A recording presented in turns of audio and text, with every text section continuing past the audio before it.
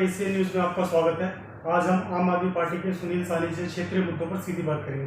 सुनील जी, खबर control news में आपका स्वागत है सर। सबसे पहले जान लेंगे सर, लगातार जो पेट्रोल और डीजल के दाम जो बढ़ते जा रहे हैं, इस पर आपकी क्या राय है सर? देखिए, कुछ समय पहले की बात है जब देश में कांग्रेस का शासन था जी। पेट्रोल 60 रुपये था, गैस 300 कुछ रुपये थी। तो ये बीजेपी के लोग रोड पर आकर चक्का जाम कर देते थे। स्मृति ईरानी रोकती थी रोड पर आकर, कांग्रेस हाय हाय हाय। आज सिलेंडर 900 रुपये के आसपास पहुंच गया है, पेट्रोल 100 रुपये के पास पहुंच गया है, डीजल 100 रुपये के नज़दीक बिल्कुल पहुंच गया है।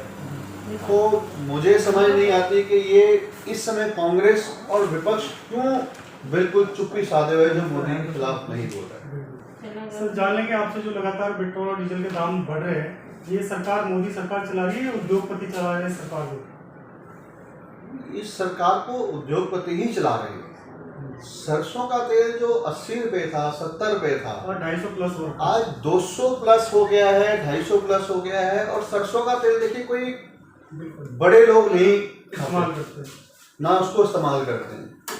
सरसों का तेल एक आम आदमी जो गरीब परिवार से आता है, मजदूर है बेचारा, जिसने रोज कमाना है, रोज खाना है, वो सरसों के तेल में रोटी बनाता था। लेकिन आज 200 रुपये हो गया, वो भी क्या करेगा। तो आने वाले समय में बदलाव की आवश्यकता लगती है सर? देखिए, 60 साल कांग्रेस ने शासन किया है, अब काफी टाइम से मोदी जी कर रहे हैं। तो मैं ये चाहता हूं, ये नहीं कि मैं आम आदमी पार्टी का एक कार्यकर्ता हूं इस वजह से मैं बोल रहा हूं, मैं एक आम आदमी की वजह से बोल रहा हूं, मैं एक आम आदमी के मुद्दों की वजह से बोल रहा हूं कि एक मौका अरविंद केजरीवाल को देना चाहिए। कितने साल? 5 साल। 5 साल दे के देखना चाहिए। हो सकता है देश का भविष्य और जो गरीब लोग हैं उनका भविष्य जो अंधकार में है वो प्रकाश में आ जाए। सर, जान लेंगे आपसे, वार्ड की बात करेंगे, वार्ड में क्या क्या समस्या बनी है, क्षेत्रीय निगम पार्षद का कैसा काम है? देखिए, अभी हमारे वार्ड में कुछ समय पहले उपचुनाव हुआ है और हमने दिल्ली में 5 सीटों पे 4 सीटों पे जीत दर्ज करी। एक कांग्रेस को मिली और बीजेपी का सुपड़ा बिल्कुल साफ हो गया। इसी तरह आने वाले 2022 में जनता का पूरा मूड है, जनता बदलाव चाहती है। 15 साल से एमसीडी में बीजेपी की सरकार है और बीजेपी ने एमसीडी को बिल्कुल बेच डाला है। उनको इस बार पता है कि हमें इस बार एमसीडी में नहीं आना। तो जान लेंगे 2022 में नगर निगम चुनाव होंगे, अगर पार्टी आपको मौका दे नगर निगम चुनाव लड़ने की, तो आप लड़ेंगे इस बार? देखिए, ये तो हाईकमान का जो आदेश होगा, एक कार्यकर्ता को, एक वर्कर को, एक सिपाही को मानना पड़ेगा। और अगर ऐसा आदेश होगा तो मैं ज़रूर इस पर खरा उतरने की कोशिश करूँगा। कब चुनाव की घोषणा हो, कब दिल्ली में आम आदमी पार्टी का मेयर बने और कब दिल्ली को सुधारा जाए। अभी आपने देखा दिल्ली में कितनी बारिश हुई, जगह जगह जल भराव हो गया। मतलब इतने वर्कर एमसीडी के पास हैं, लेकिन ये काम करके राजी नहीं है। बिल्कुल सिर्फ और सिर्फ रजिस्टर में हाजिरी लग जाती है, कर्मचारी आता नहीं है, निगम पार्षद को पैसे मिल जाते हैं और छुट्टी। पब्लिक से कोई मतलब नहीं, कोई लेना देना नहीं। कहीं भी पानी आए जाए, कोई दिक्कत हो, कहीं गड्ढे में गिर जाए आदमी, बीजेपी को इससे कोई मतलब नहीं। तो कितनी सीट आने की संभावना लगती है 22 में से आपको? 272 में से? मेरे हिसाब से 272 में से 250 प्लस हम इस बार जरूर लेंगे। आज दिल्ली में ही नहीं, हिंदुस्तान के हर स्टेट में केजरीवाल मॉडल को अपनाने के लिए वहां पे सरकार मजबूर हो चुकी है। मैं आपको गारंटी देता हूं, चुनौती देता हूं, कोई भी हिंदुस्तान में कोई भी सीएम, कोई भी मंत्री दिल्ली जैसा एक भी स्कूल मेरे को सरकारी स्कूल दिखा दे तो मैं पॉलिटिक्स से ही संन्यास ले लूंगा। सर, जान लेंगे, जैसे आप कह रहे हैं 272 में से 250 प्लस सीटें कह रहे हैं आप, अगर आपकी सरकार बनती है दिल्ली के अंदर, तो क्या क्या बदलाव होगा सर? बिल्डर माफिया खत्म होगी जो फर्टिलाइजर के लाखों रुपए की कमाई करते हैं? देखिए, हर चीज खत्म हो सकती है। अभी मैं आपको ताजा उदाहरण दूं, पहले लाइसेंस बनवाने के लिए लंबी कतारें लगती थी, ठीक है। ऑनलाइन अब केजरीवाल जी ने उसको ऑनलाइन कर दिया है, घर आएगा आपके, घर आके आपसे पैसे तो नहीं मांग सकता ना वो। तो ये एक उदाहरण है आने वाले एमसीडी के चुनाव के लिए। जब दिल्ली सरकार कर सकती है तो एमसीडी क्यों नहीं कर सकती? भ्रष्टाचार को दिल्ली से मुक्त क्यों नहीं कर सकती? ये होगा और ये हम करके दिखाएंगे आपको। एक बार मौका चाहिए हमारे को एमसीडी में भी।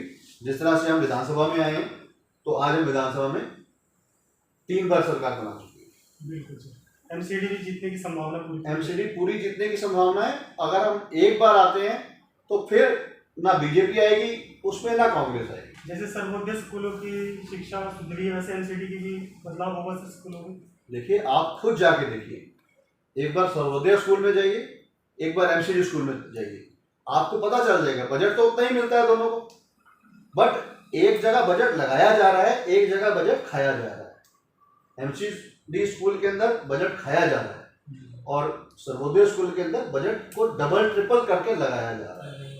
आज आप सर्वोदय स्कूल को प्राइवेट स्कूल से कंपेयर कर सकते हैं। शिक्षा में भी बहुत सुधार हुआ है, बहुत ज्यादा सुधार किया है और उसके लिए सबसे ज्यादा क्रेडिट 2 आदमियों को है, उप मुख्यमंत्री मनीष सिसोदिया जी को, जिनकी सोच, वो खुद एक टीचर है, वो समझते हैं भी किस तरह से होना चाहिए।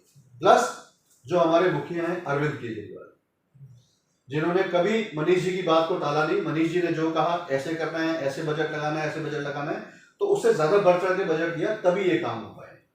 अंत में जान लेंगे सर, कोरोना काल की जो सेकंड फेज आई उस दौरान आपकी कैसी भूमिका रही क्षेत्र के प्रति? देखिए, ये तो आप क्षेत्र में पता कर सकते हैं। पहली फेज में तो मुझे खुद कोरोना हो गया था, मेरे विधायक जी ने और मेरी टीम ने। मेरी टीम बवाना विधानसभा में 250 यंग यूथ थे मेरे साथ, जिन्होंने घर घर जाकर राशन भी बांटा, खाना भी दिया। हमने रोज 5000 लोगों को घर में जाके खाना दिया।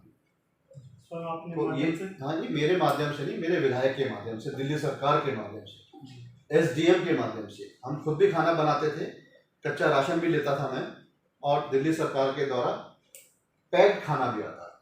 मेरे अकेले की बस की बात नहीं है, ये पूरा सिस्टम है। सिस्टम ने पूरी ईमानदारी से काम किया तो लोग सफर कर गए इस चीज को, और आज लोग दिल्ली में आराम से बैठे। सुनने में आ रहा है तीसरे फेज भी आने की संभावना है कोरोना का, वो उतना घातक नहीं हुआ, फिर भी लोगों को आप जागरूक करो। आज लोगों को अपने मुंह पे मास्क नहीं लगा रहे, ना सैनिटाइजर कर रहे, ना 2 गज की दूरी रख रहे। देखिए, मैं तो भगवान से ये प्रार्थना करता हूँ, जितना दुख लोगों को देना था वो दे दिया। अब तीसरा फेज ना आए, ताकि जो लोगों के काम पटरी पर आए वो पटरी से दोबारा ना करें। और अगर तीसरी फेज आती है तो उसके लिए हमें जागरूक रहना है, मास्क भी लगाना है। मैं आपसे इंटरव्यू दे रहा हूँ, इसलिए मास्क नहीं लगा रखा मैंने, मेरा मास्क ये रखा हुआ है मेरे पास। और कुछ लोग ऐसे हैं पूरे हिंदुस्तान में, दिल्ली में नहीं, जो रोज काम करते हैं और रोज कमाते हैं, रोज खाते हैं। अगर ये लॉकडाउन लगता है तो बेचारे वो क्या करें? तो भगवान अगर ये तीसरी फेज आए, स्वयं जागरूक रहे हैं, 2 गज की दूरी रख के मास्क, हाँ बिल्कुल, उससे भी तीसरी फेज आने उससे भी हम काफी हद तक कोरोना को दूर कर सकते हैं। जिसने वैक्सीन नहीं लगवाई वो कृपया करके वैक्सीन लगवाए, फ्री वैक्सीन है बिल्कुल।